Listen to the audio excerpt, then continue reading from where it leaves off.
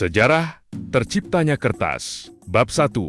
Sebelum kertas ditemukan. Bayangkan hidup di dunia tanpa kertas. Tidak ada buku, ijazah, surat, koran, uang kertas, bahkan catatan sekolah.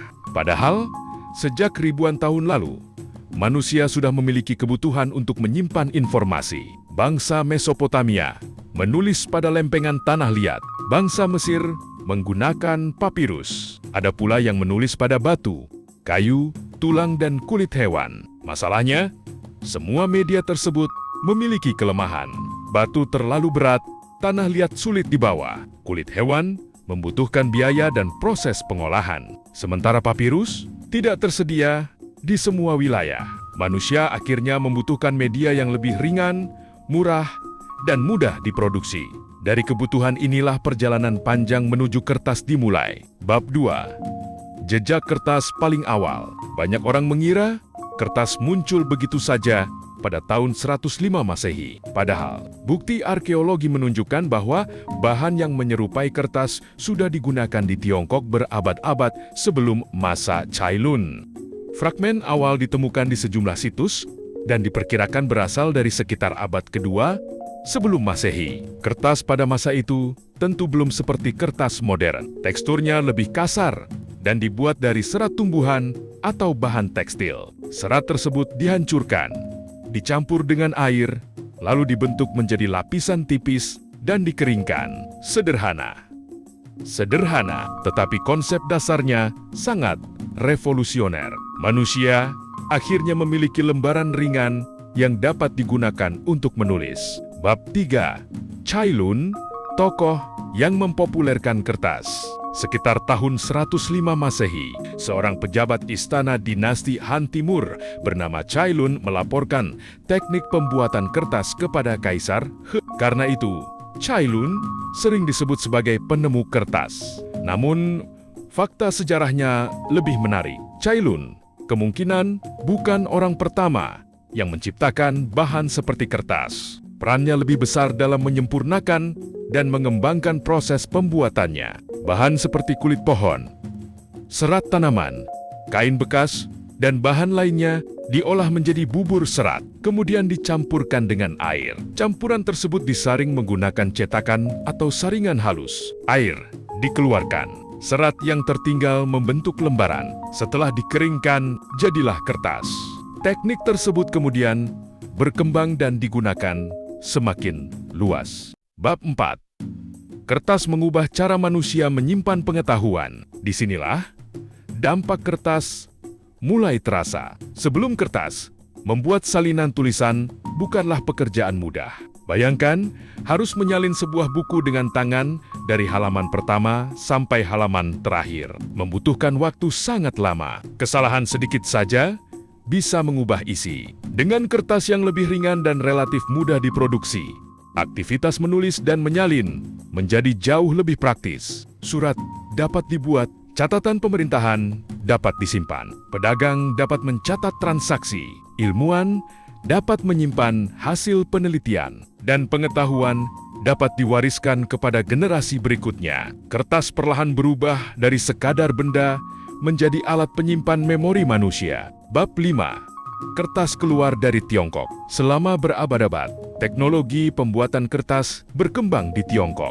Kemudian teknologi tersebut menyebar ke Asia Tengah melalui perjalanan manusia, perdagangan, dan pertukaran pengetahuan. Salah satu kota yang kemudian terkenal sebagai pusat produksi kertas adalah Samarkand. Ada cerita populer bahwa teknologi pembuatan kertas menyebar ke dunia Islam setelah pertempuran Talas pada tahun 751 Masehi dan melibatkan para pembuat kertas dari Tiongkok. Namun sejarahnya kemungkinan jauh lebih kompleks.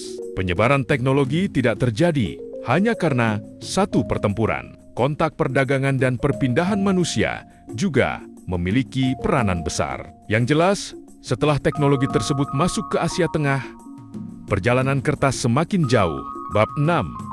Dunia Islam dan revolusi kertas. Kertas kemudian berkembang pesat di dunia Islam pada abad ke-8.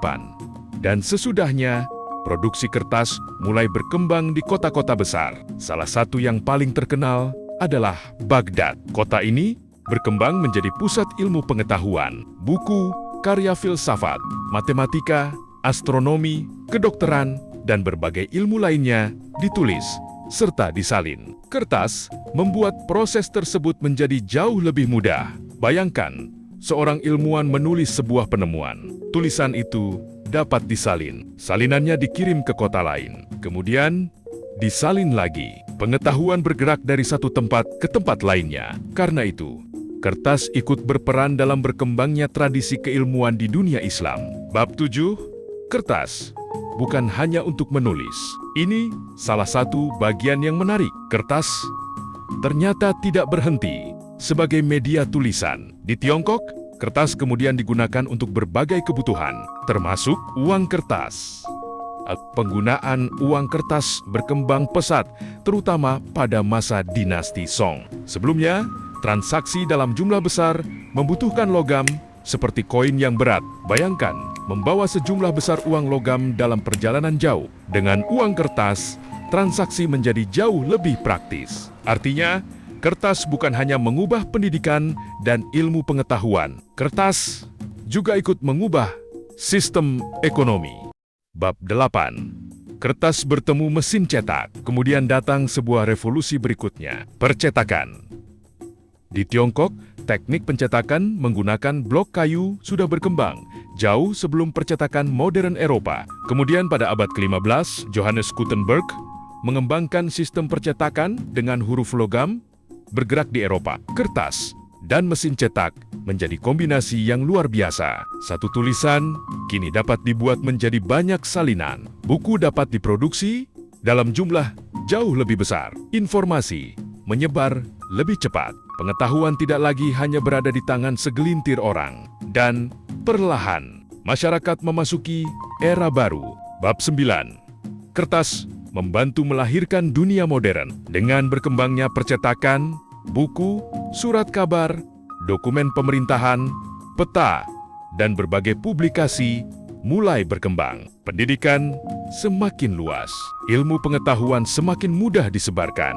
Gagasan politik dan sosial dapat berpindah dari satu wilayah ke wilayah lain. Bahkan, berbagai gerakan intelektual dan perubahan sosial ikut terbantu oleh kemampuan manusia menyebarkan informasi secara massal. Tanpa media yang murah dan mudah diproduksi, penyebaran gagasan akan jauh lebih lambat. Kertas menjadi salah satu fondasi penting dalam revolusi informasi manusia. Bab 10.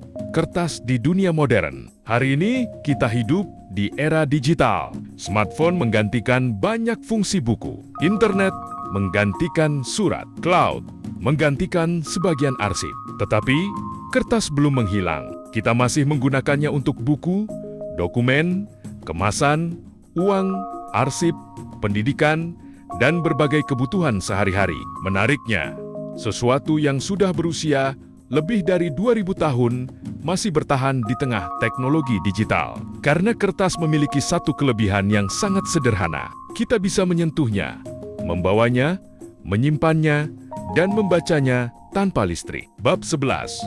Penutup. Selembar kertas yang mengubah dunia. Jadi, siapa penemu kertas? Jawabannya, tidak sesederhana satu nama. Bahan seperti kertas sudah muncul sebelum Cai Lun, namun Cai Lun memainkan peran penting dalam penyempurnaan dan pengembangan teknik pembuatan kertas pada masa dinasti Han. Dari Tiongkok, teknologi ini menyebar ke Asia Tengah, kemudian berkembang di dunia Islam. Selanjutnya, masuk ke Eropa, dan akhirnya menjadi bagian penting dari peradaban modern. Kertas mungkin terlihat seperti benda sederhana, hanya selembar putih. Tetapi di atas benda sederhana itu, manusia menulis hukum, ilmu pengetahuan, sejarah, peta, penemuan, bahkan kisah hidup mereka. Sebuah teknologi tidak harus terlihat canggih untuk mengubah dunia. Terkadang, sebuah revolusi justru dimulai dari selembar kertas. Apa pendapat kalian?